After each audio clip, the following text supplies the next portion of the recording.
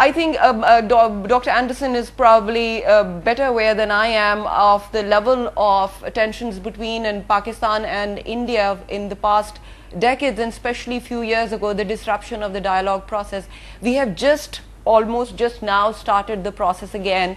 We have a basket of issues that we are discussing, and I think it is felt that eventually, once the normalization moves forward, Afghanistan could be at some point one of those issues, one of the many issues that we are discussing.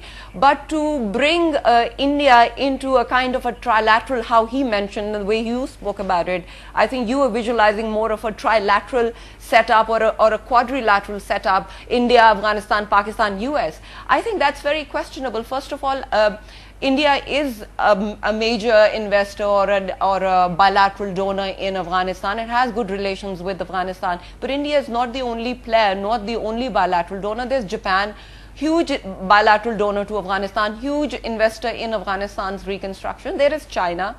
So where do you want to, keep it? Now it's very questionable, the framework. Then the other thing is, of course, they could be imagined, and there has been a lot of conversation about having some kind of a regional framework where India can be brought in. I'm sure if there is such a regional framework set up, at some point Pakistan would probably, participate in that regional framework. But then you have, of course, the question of Iran. There has been resistance by the US as to allow Iran to be on such a regional framework. The other question that Joshua mentioned as to Pakistan is in no position to veto any kind of security assistance or security training of troops by India.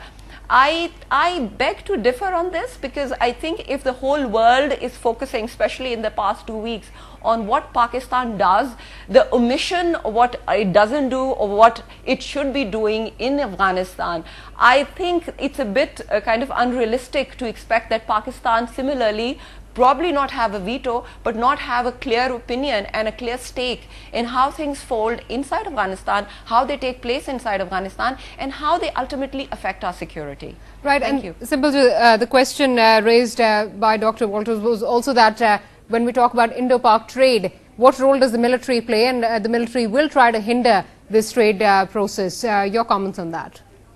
I completely disagree with that. Why? Because I think, first of all, we must understand that, of course, both my friends sitting in Washington probably understand it better than I do, that how dynamic the environment is in South Asia. Of course, India and Pakistan have had long history of very strained, uncomfortable, acrimonious relations and ties, and both the military security establishments in both the countries have a huge role to play in that. But I think the environment today is extremely dynamic. Pakistan's security environment is in a flux, it's extremely dynamic, and the resumption of dialogue between India and Pakistan that we have seen, I think there was a huge push from our military establishment, from Pakistan's military establishment was fully behind. Actually, I think turned a lot of stones to actually start the dialogue again. So I think if we've seen such a lot of incentive and such a lot of interest in resuming dialogue, I don't know. I don't see how you would that is only the civilians which are pushing for trade resumption and not the military.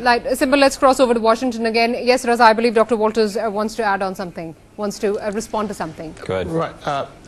I wanted to respond to the notion of participation of what I had said, India, Pakistan, Afghanistan, the US. I didn't mean that it would be only those four. As some of our listeners in Pakistan will know, when the president first mentioned his proposal on how to handle the Afghanistan situation, a proposal written by Bruce Riedel, there was in there a proposal to have a regional setup that would address the issues. Subsequent to that, Henry Kissinger has written about this several times, and others have well. I think that I agree with the speaker in Pakistan that what you've got to have is you've got to have the regional countries involved. I think you need some kind of regional setup, because I think it's to everyone's advantage to have a stable Pakistan, where Afghanistan, that doesn't become a site of a proxy war, and in this case particularly between India and Pakistan. They've really got to cooperate with each other. The question now is that they sort of need to sit down. Yes, there are problems. problems. We have problems with the Iranian participation, but we have talked to Iran in other circumstances on other issues, and we continue to do so. And in fact, Iran was one of the countries that Henry Kissinger suggested had to be. China, yes, perhaps. I mean, the key players, though, are going to be the regional players, India, Pakistan, Afghanistan. And in fact, I think the way that for this to start is for the regional players to start talking to each other on how to stabilize the situation in Afghanistan. I think that's already happened. I think Ambassador Rao, who's now the new Indian ambassador to the United States, when she was for the External Affairs Secretary, actually said that she had raised this issue with the Pakistani interlocutors. So at least I think the issue is on the table, and I think they need to start talking about this seriously so that India and Pakistan don't so fall into the situation of using Afghanistan as a proxy situation. And the last couple of weeks have not been encouraging, to be quite frank, about things that have happened in Afghanistan, for which the Americans are reacting to negatively. Josh, I want to ask you this question. I mean, Dr. Anderson brought this up at the very end, that tensions right now seem to be a bit high. I mean, Karzai had made, and the Karzai government has made a few statements that target Pakistan in various ways. Yeah. But at the same time, there's a general consensus on this show and many experts that, again, everyone needs to be talking to each other and needs to be a regional settlement involved here. How realistic do you think a regional settlement is? Well, we've been trying to do a regional settlement, we being the United States, UN, actors like that, since, I believe, 1994. And we haven't had much luck doing that so far. And part of the context that I think needs to be taken into account when we're talking about regional context is it's not just Pakistan, it's not just India, and it's not just Iran, it's also China, it's also Russia, it's also Uzbekistan and Tajikistan and the other countries in Central Asia, which all have a role to play both in how other countries respond to Afghanistan, and then also the sorts of access, information, and regional economic and political structures are in place. And part of this goal to build the new Silk Road that Secretary Clinton is pushing is about integrating the states of Central Asia into this kind of a regional context. But, and we keep coming back to this, and I don't think there's any way to avoid this, the Pakistani military continues to exercise a veto on many of those efforts. One of the reasons why the 6+2 talks haven't gone forward very much is because of the extremely high level of violence, of which everyone, including the United States, India, Russia, China, the UN, all agree is being pushed out of Pakistan. And the only people who disagree with that are the Pakistani political and military establishment. So as long as we have the Pakistani military and the Pakistani security establishment exercising a veto on these kinds of regional arrangements and on continued peace negotiations in Afghanistan, they're not going to get very far. Because without Pakistan, none of this is going to work. Before I bring Dr. Hussain into the conversation, I just want to ask you this. I mean, this is all well and good to talk about a new Silk Road and regional players getting involved. However, we are still seeing a war in Afghanistan, right? I mean, the U.S. is still engaged in active combat in that region. I mean, this is something that we're talking about an endgame and eventually what can happen. But, at this current time, what it seems like, at least from a layman's perspective, that the main strategy in Afghanistan from the perspective of the United States is still a military one. It is. How do we square that endgame where everyone is nice and happy together in Afghanistan and what's going on right now? Well, that's kind of the $100 billion question, if you want to put it that way. I don't think there is a clear path for how the war can switch from its current military state to being a primarily political and economic one. And this is actually one of the questions that I've been raising increasingly when speaking about this publicly, is that ultimately the insurgency in Afghanistan is fighting a political war. They're fighting for influence, power. They're trying to disrupt the political process of Afghanistan. Whereas what the United States is fighting is largely a military war, where they're focusing on sweeping operations, security force assistance, controlling territories, stuff like that. So in a way, there are two different wars going on in Afghanistan, one military and one political, and neither side is fighting the other side's war. That causes a lot of problems when you look at building any kind of consensus or pivoting onto something that has the chance of creating some kind of sustainable peace. Right. But when we look at the regional picture and how that's going to shape up, I think a couple of things to keep in mind are that both China and Russia are scared out of their minds about the problems in Afghanistan spreading into their countries.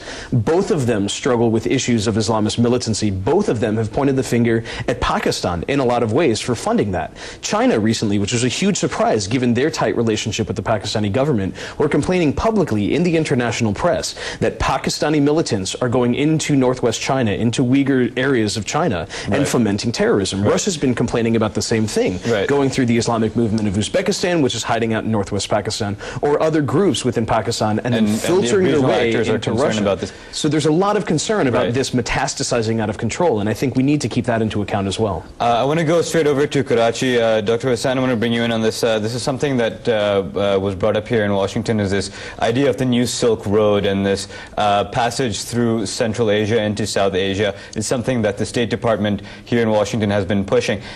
What do you see are the benefits of that? And on the flip side, Joshua mentioned Pakistan might be a country that is a hurdle towards realizing that goal. How do you look at that question?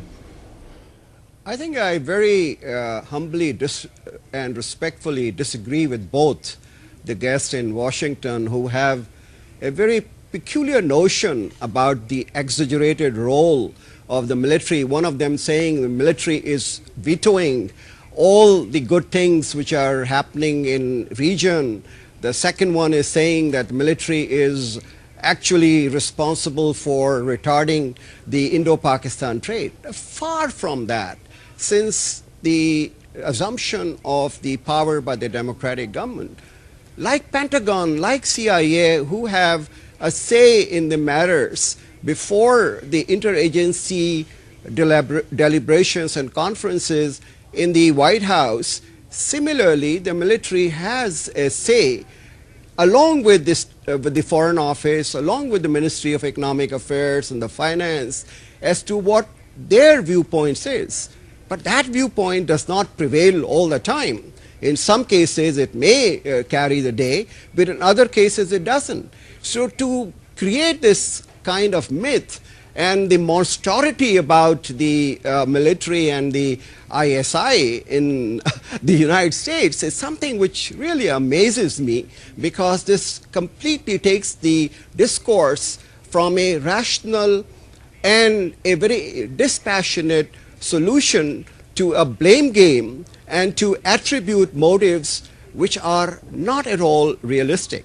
So Silk Route is something which is an interest of Pakistan, because Gwadar port is the only port which makes sense for the Central Asian republics. I worked as the director for the World Bank in Central Asian republics. All our calculations showed that instead of going through the Black Sea and the Caspian Sea, the biggest advantage the Central Asian republics can get is if they can use the Gwadar port in order to evacuate both their exports and bring in their imports. So Pakistan, because of this transit trade, will be a beneficiary. Why should anybody in his right mind try to object to this particular initiative?